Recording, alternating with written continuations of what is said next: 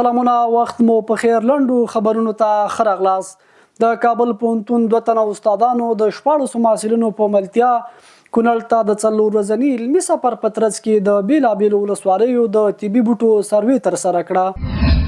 د ریاست الوزرا سیاسي مرستیال مولوي عبدالکبیر د افغانستان وچې میوې له یو شمېر سوداګرو سره په لیدنه کې ویلي چې ګاونډي هیوادونه باید د افغان سوداګرو پر وړاندې د ستونزو له جوړولو لاس واخلي او د دوه اړخیزې سوداګرۍ د ودې لپاره د لازمې اسانتیاوې برابرې کړي. د فراه ولایت له پیښو سره د مبارزې او چمتووالي ریاست مسؤلین وایي چې تیر کال د دې ولایت په مرکز او ولسوالیو کې زیانمنو کورنیو ته څه د پاسه 2000 کورونه جوړ کړي دي.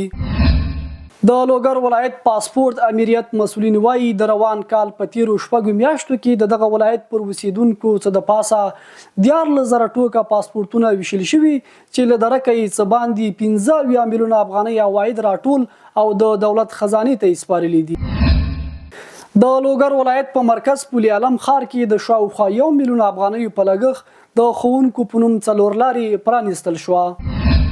د خوست ولایت په قلندر ولسوالۍ کې د څه باندې 3 میلیونه افغانیو په لګښت د یوه کوچني بند د جوړولو چارې پیل شوې.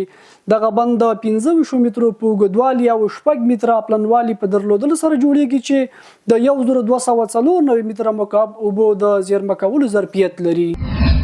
د کندهار ولایت په دامان ولسوالۍ کې د ملکو په نوم د شیدو راټولولو مرکز د 100,000 امریکایي ډالرو په لګښت جوړ او ګټې اخیستنې ته وسپارل شو.